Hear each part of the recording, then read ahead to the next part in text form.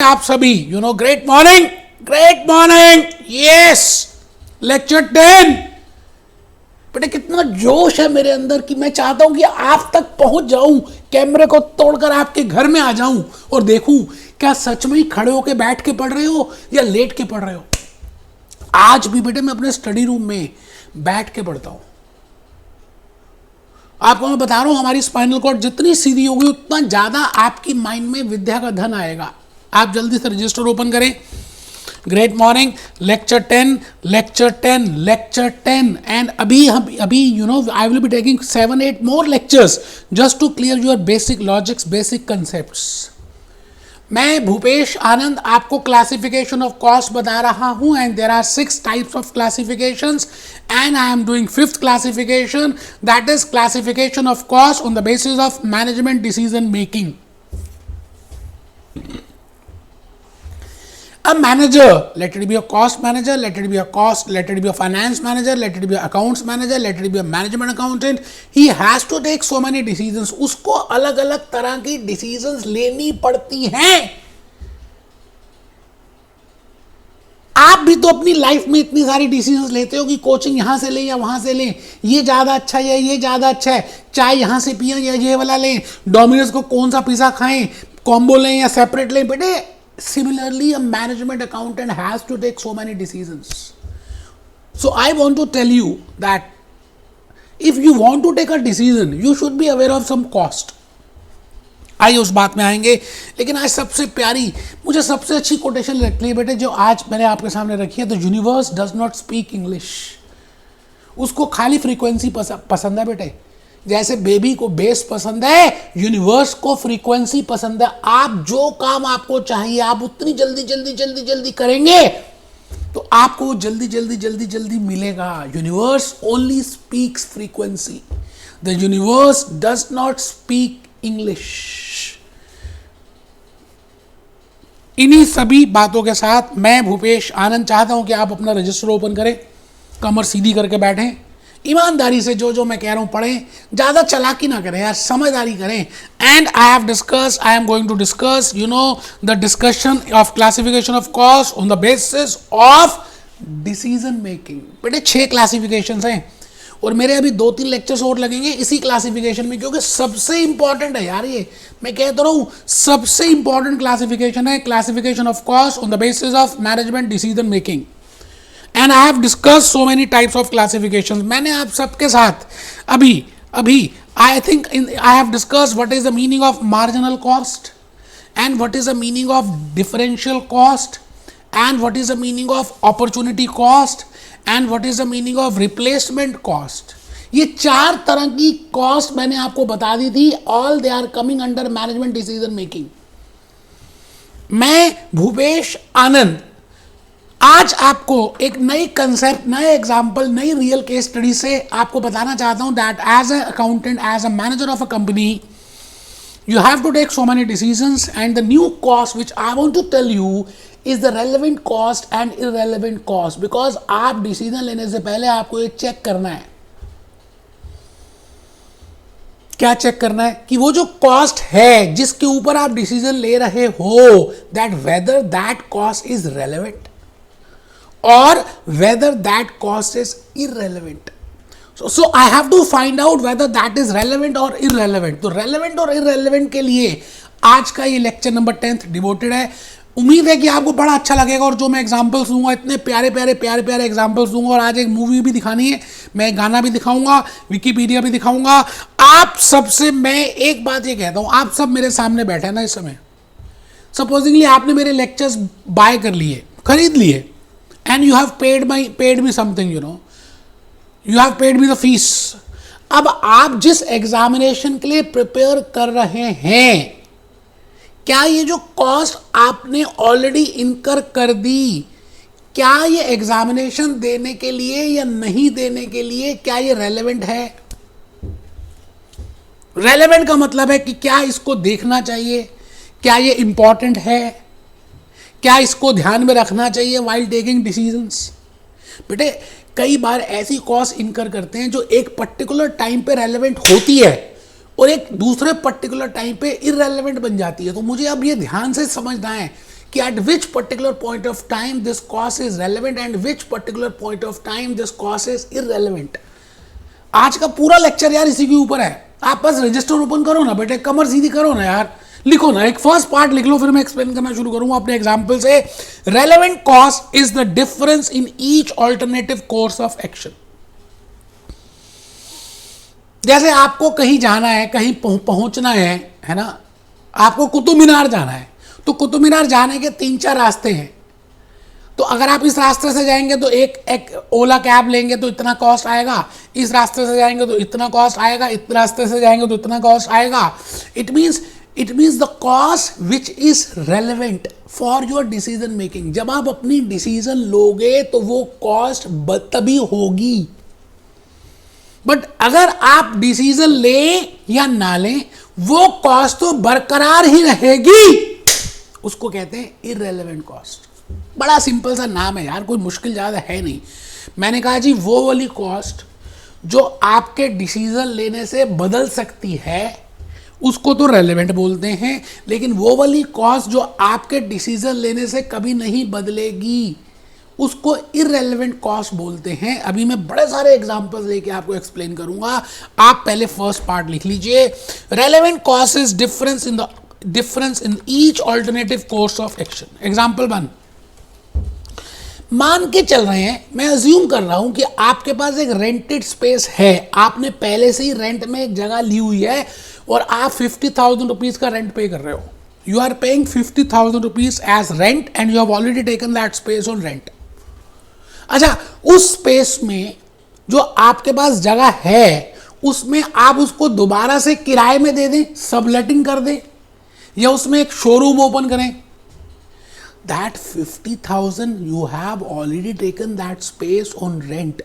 आप डिसीजन 1 लें या डिसीजन 2 लें, आप उसको सबलेट कर दें या आप उसमें शोरूम ओन करें, that 50,000 rupees has to be incurred in any case.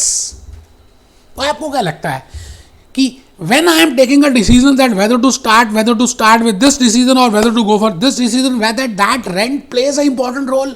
I will say no, that is not important role, because वो आपकी डिसीजन से बदलने वाला नहीं है। तो मैं कहूंगा इस एग्जाम्पल में एक बच्चा कह रहा है लिखें, उसको तो थप्पड़ में मुंह मारना चाहिए, मुंह थप्पड़ मारो खींच के, लिखें। कितनी बार कहा लिखना है? Existing scenario, rented space 50,000 rent, option 1, option 2। बेटे ऑप्शन 1 है to sublet and option 2 is to open a showroom. So that 50,000 rupees of rent has to pay in any case, irrespective of your decision.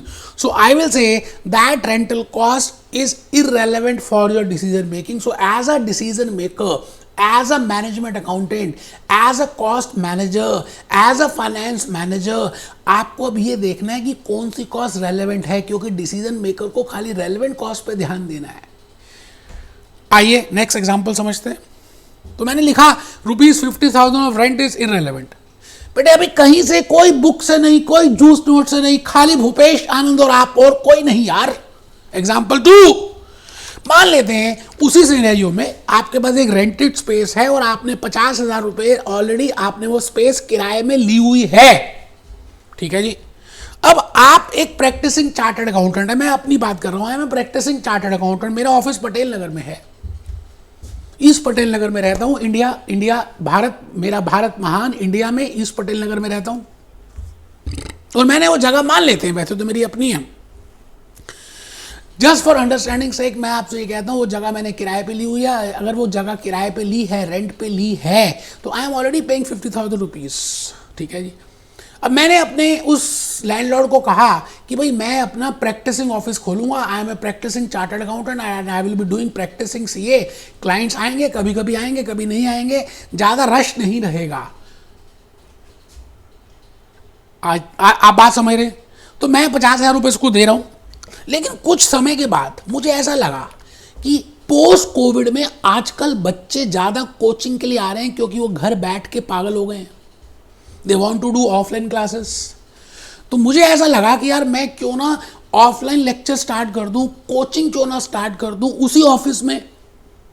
अब सवाल आता है कि मेरा office first floor में है, common stair staircase common है। अब आप ये बताइए, मैं लैंडलॉर्ड के पास गया, मैंने कहा I want to open a coaching class here, I am not opening a CA practising CA. तो इन दैट केस लैंडलॉर्ड ये कहने लगा कि सर बच्चे आएंगे जाएंगे, सीढ़ियां तोड़ देंगे, ये कर देंगे, रश होगा, शोर आएगा, I will not be charging 50,000 rupees now, I will be charging 75,000 rupees from you if you are running a coaching class in this place.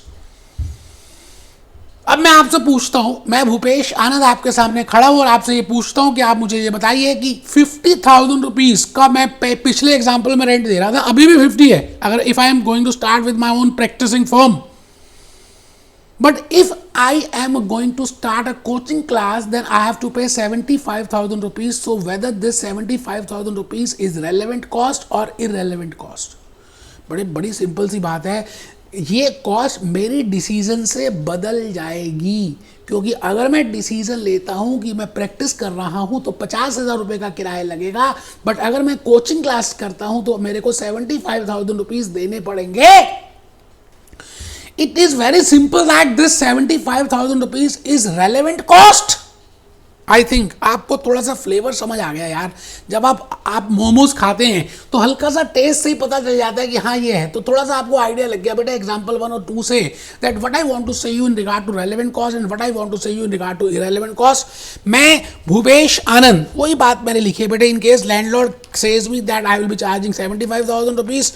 अब मैं यही बात अगर मैन्युफैक्चरिंग एंटिटी के लिए लेकर आऊँ, because we are doing a cost management, we are doing costing for a manufacturing entity and that manufacturing entity is producing 2 products, let it be product X और प्रोडक्ट वाई। वो manufacturing entity 2 तरह के products बना रही है, x और Y. अब अगर एक्स को बनाने में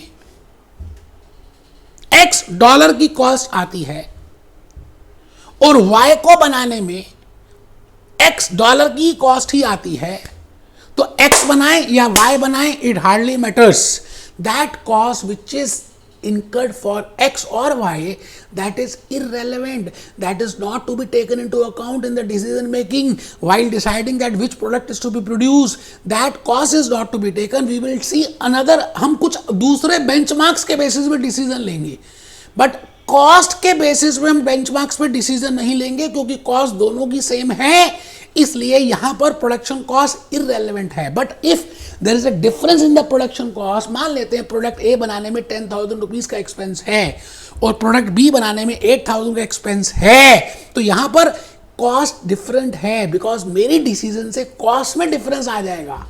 मैंने कहा if there is a change in the cost due to my decision, then it is named as relevant cost. I think आप बात थोड़ा सा तो और भी समझ चुके होंगे बेटा। तो मैंने लिखा नोट 1 आपने लिखना है, कमर सीधी करके बैठेंगे नहीं तो मैं थप्पड़ मारने वाला हूं। If any cost can change then it is relevant cost, it means if I can change the cost, you know, I will say that is relevant cost. Note number 2, relevant cost is that cost in which we have a choice to incur or not to incur. मेरे पास मेरी मर्जी, मैं हाँ बोलूं मेरी मर्जी, मैं ना बोलूं मेरी मर्जी, मेरे पास चॉइस है कि मैं ये इनकर करूं या ना करूं। मैं कहता हूं उसको बोलते हैं रेलेवेंट कॉस्ट। बट इररेलेवेंट में आप कभी भी देखना ध्यान से, आपके पास कोई चॉइस नहीं है, आपके पास कुछ नहीं है, आप कुछ करें या ना करें, आपको डिसीजन लें या ना लें, वो कॉस्ट तो इनकर होगी ही होगी। मैं एक छोटा सा एग्जांपल आपके सामने, बेटा रेलेवेंट कॉस्ट और इररेलेवेंट कॉस्ट को एक्सप्लेन करने के लिए मैं एक और एग्जांपल ले रहा हूं। मैं नोट नंबर 3 के थ्रू आपको बताना चाहता हूं, if cost is not dependent on our decision, मेरी डिसीजन से अगर डिपेंडेंट नहीं है, भूतकाल में भी नहीं थी, भविष्य में भी नहीं होगी, मैं कोई भी डिसीजन लूं वो फिर भी उतनी रहेगी जितनी है, बेटे मैं कहता हूं that cost is irrelevant cost. देखिए मार्जिनल कॉस्ट एक अलग कंसेप्ट है, डिफरेंशियल कॉस्ट एक अलग कंसेप्ट है, अपॉर्चुनिटी कॉस्ट एक अलग कंसेप्ट है, रिप्लेसमेंट कॉस्ट एक अलग कंसेप्ट है। अभी जो मैं बता रहा हूं very important for a decision maker, because a decision maker has to say that, has to decide, and he will only decide on the basis of relevant cost, because relevant cost से ही उसके decision की वजह से ही cost में difference आएगा। तो मैंने एक बड़ा प्यारा सा नोट नंबर 3 लिखा, if cost is not dependent on our decisions, it was incurred in the past, पहले भी होती थी भविष्य में भी होगी, तो मैं कहता हूं that is named as irrelevant cost. अब नोट नंबर 4 अगर आपने लिख लिया ना तो फर्स्ट अटेम्प्ट में सक्सेस अचीव हो जाएगी। For a decision maker it is important to find out which type of cost is relevant and irrelevant before taking any decision. ये बड़ा इंपॉर्टेंट हो जाता है किसी भी फाइनेंस मैनेजर या मैनेजमेंट अकाउंटेंट या कॉस्ट अकाउंटेंट के लिए या डिसीजन मेकर के लिए कि जब वो डिसीजन ले रहा है तो उसको ये ढूंढना बड़ा इंपॉर्टेंट हो जाता है कि वो कॉस्ट रेलेवेंट है या इररेलेवेंट है। ठीक है जी, आइए लास्ट पॉइंट में बस बता रहा हूं एक छोटी सी केस स्टडी। बिकॉज मैंने कहा जी मैं पटेल नगर में रहता हूं, अच्छा मैं पटेल नगर रहता हूं, मैं इस पटेल नगर में रहता हूं, ठीक है जी। हमारे घर के में मतलब ऑफिस के आसपास ईस्ट पटेल नगर की मार्केट है, बड़ी महंगी मार्केट है जी। सपोज करते हैं एक मुझे कंप्यूटर इक्विपमेंट परचेज करना था, कुछ कंप्यूटर का पार्ट खराब हो गया था या प्रिंटर लेना था, तो मैंने प्रिंटर अमेजोन फ्लिपकार्ट से नहीं ले रहा, मैंने कहा यार मैं पहले खुद देखूंगा उसके बाद लूंगा।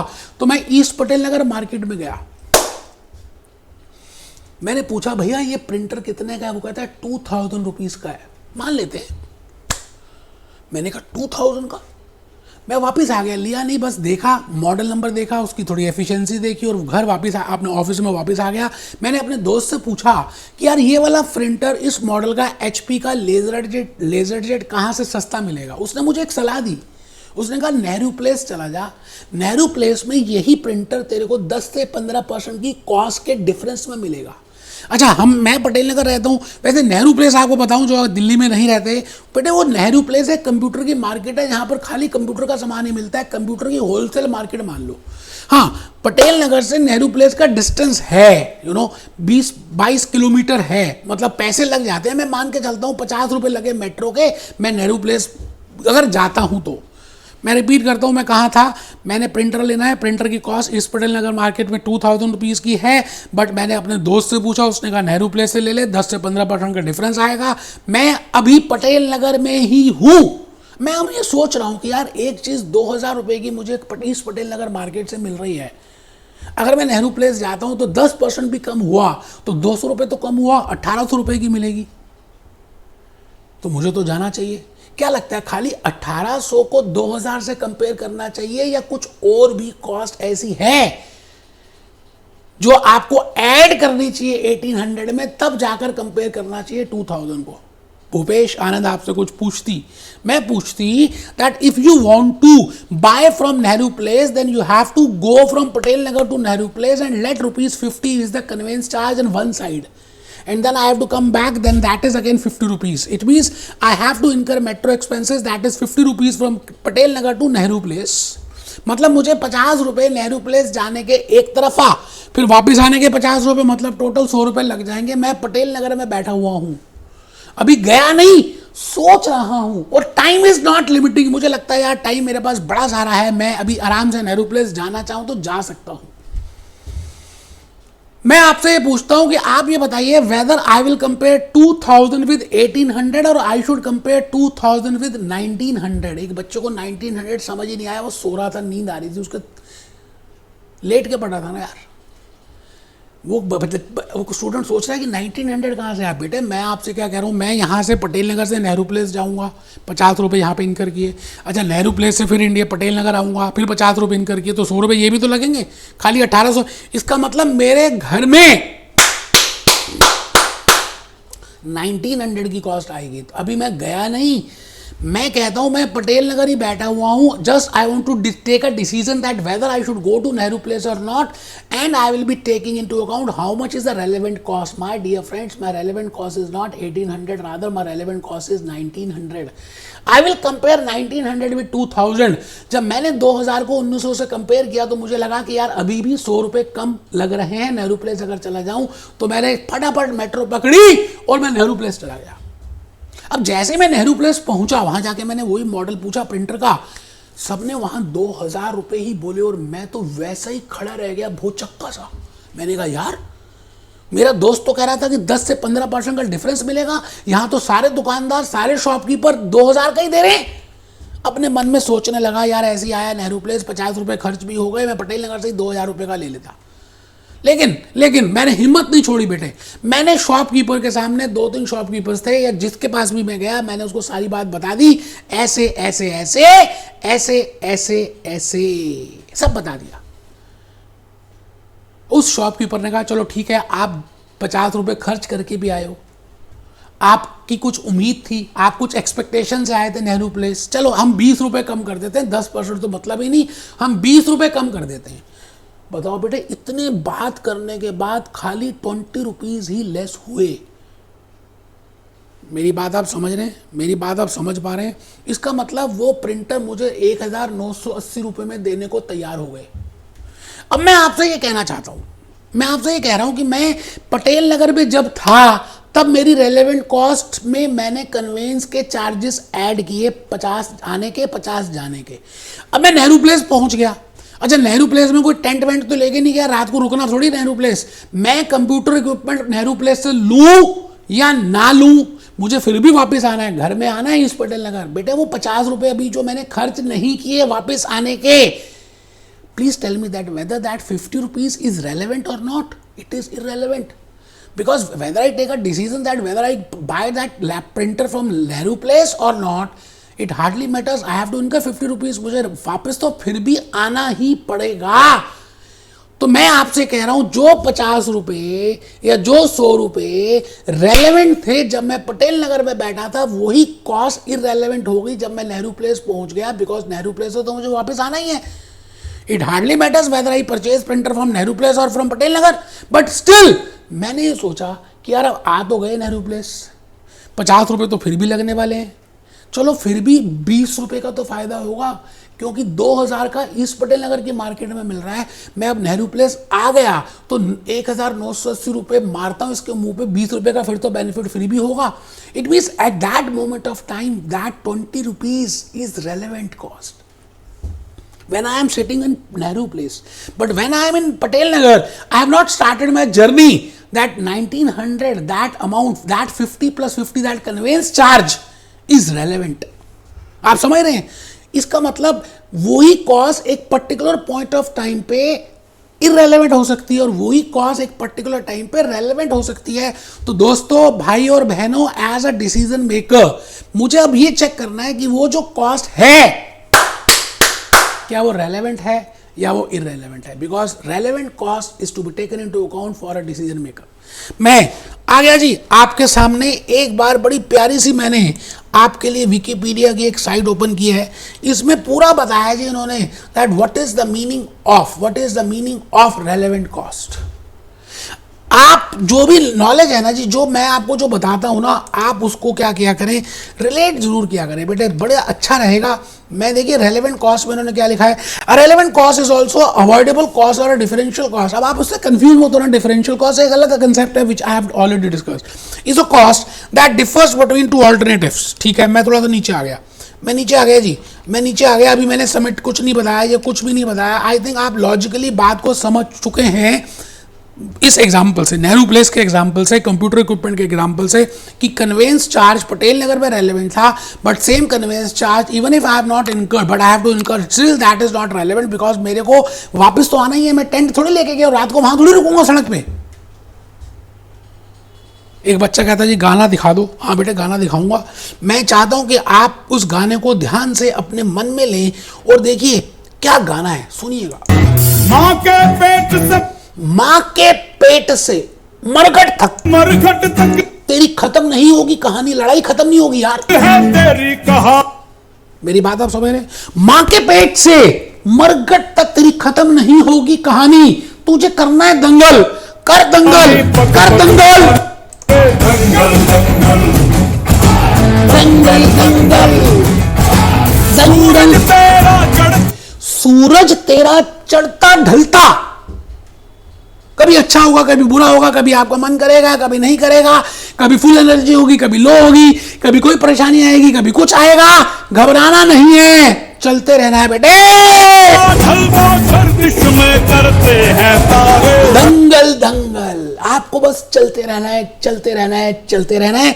लेक्चर 10 ये जो मैंने अभी अभी कंप्लीट किया, बेटे मैंने बड़े सारे एग्जांपल्स की मदद से आपको समझाने की कोशिश की that what I want to say you in regard to relevant cost and irrelevant cost. Lecture 11 में मैं एक नई तरह की कॉस्ट लेकर आ रहा हूं, जैसे शट डाउन कॉस्ट और संक कॉस्ट। ओए